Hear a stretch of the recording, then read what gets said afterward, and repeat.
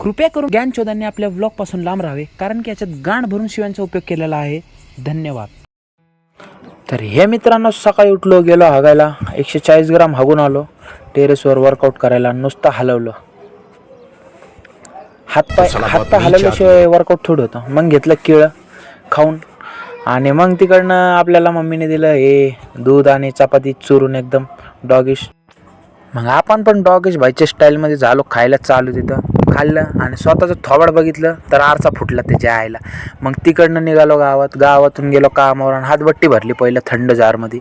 हातबट्टी पिऊन मग लागलो धक्क्याला. आणली मशीन उचलून आणली आणि घेतले लोखंडी बार कापायला. आणि सगळे बार आहे ना जळणाऱ्यांच्या गांडीत घालायचे होते आपल्याला, म्हणून कापले. आणि तिकडनं या म्हाताऱ्याचे 4 हरवलेले मी चोरून घेऊन येत होतो. आणि मग तिकडनंच मध्ये पावसाने आई घातली कामाच्या टायमाला. मग पाऊस आला भडभडभड. मग आम्ही काय, आमची गांड फाटली पावसाला बघून. आम्ही गेलो निघून तिकडनं. डायरेक्ट दरवाजा फाटून. मग घरी गेलो, जेवण केलं. तर मम्मी काय जेवण करत नसते मी गेल्याशिवाय.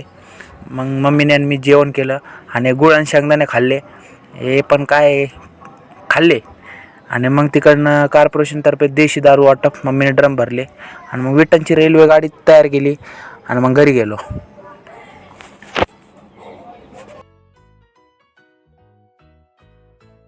मैं तेरी बाहों के झूले में पली बाबुल जा रही हूँ छोड़ के तेरी गली बाबुल.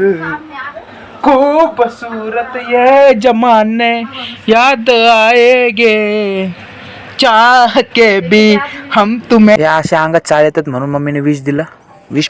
आणि मग तिकडने बघा गुक्कीचे बेल्ट तयार करत होता भाऊ.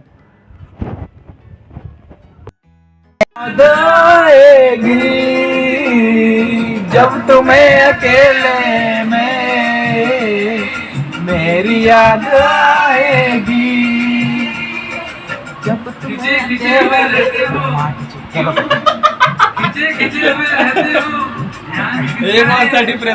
डिप्रेशन काय दिलं मम्मीने चुरून बिरून खाल्लं निवंत.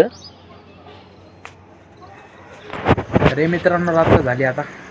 आजच्यासाठी एवढंच. पूर्ण ब्लॉग बघितल्याबद्दल मनापासून धन्यवाद. आणि चला झोपू आता.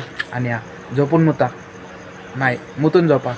हां, ओके, बाय, गुड नाईट.